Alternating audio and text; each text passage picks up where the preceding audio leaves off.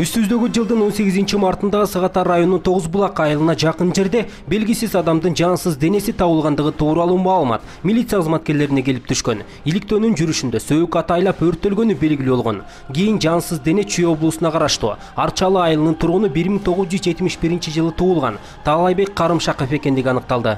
Бул иш боюнча Чүй областынын ички иштер башкы башкармалыгынын ыкчам өкүлдөрү тарабынан ыкчам иликтөө иштердин натыйжасында кылмышка шектүү делинип, Токтоноев Нурлан 1980-жылы туулган кармалып, күнөөсүн толугу менен мойнуна алды.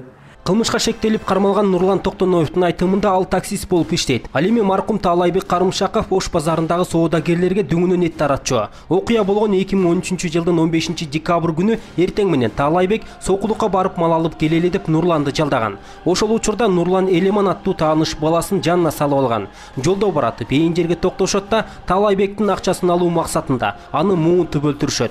Кийин жолдо катар жараксыз дөңгөлөк жана күйүүчү май алышып, тоо тараптагы суу агып өтүүчү Кичи көпүрөнүн алдында жансыз денени өрттөп жиберишкен. Андан соң маркумдун 200 000 сомун тең экиге бөлүп алышкан. Эмне максатта өлтүрдүңөр? Жөн элеби? Акча айдым. Акча алды бербе? Канча акча алды? 200 000 сом. 200 000 сом? Ал кишинин таалгары көп болду беле? Көптөн бери таалгары барган болсок болду. Акчалуу киши экенин билгенсиз да? Ошондо кайсы числоодо кылып атасыз? Ортосунда декабрдын 15-inde. 15-теринде?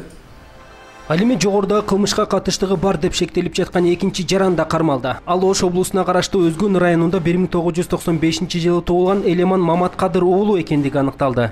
Экинчиси боюнча 1995-жылы туулган Маматкадыр уулу Элеман боюнча да маалымат бар болчу, Казакстанга качып кеткен деп. Бул боюнча биздин Чүй областынын ички иштер башкы башкармалыгынын ыкчам өкүлдөрүнөн турган бир 3 адамдан топ түзүлүп, Казакстан Республикасына чыгып, Алматы шаарынан кармалды. Азыркы учурда ал кармалгандын боюнча экстрадициясын күтүп жатабыз.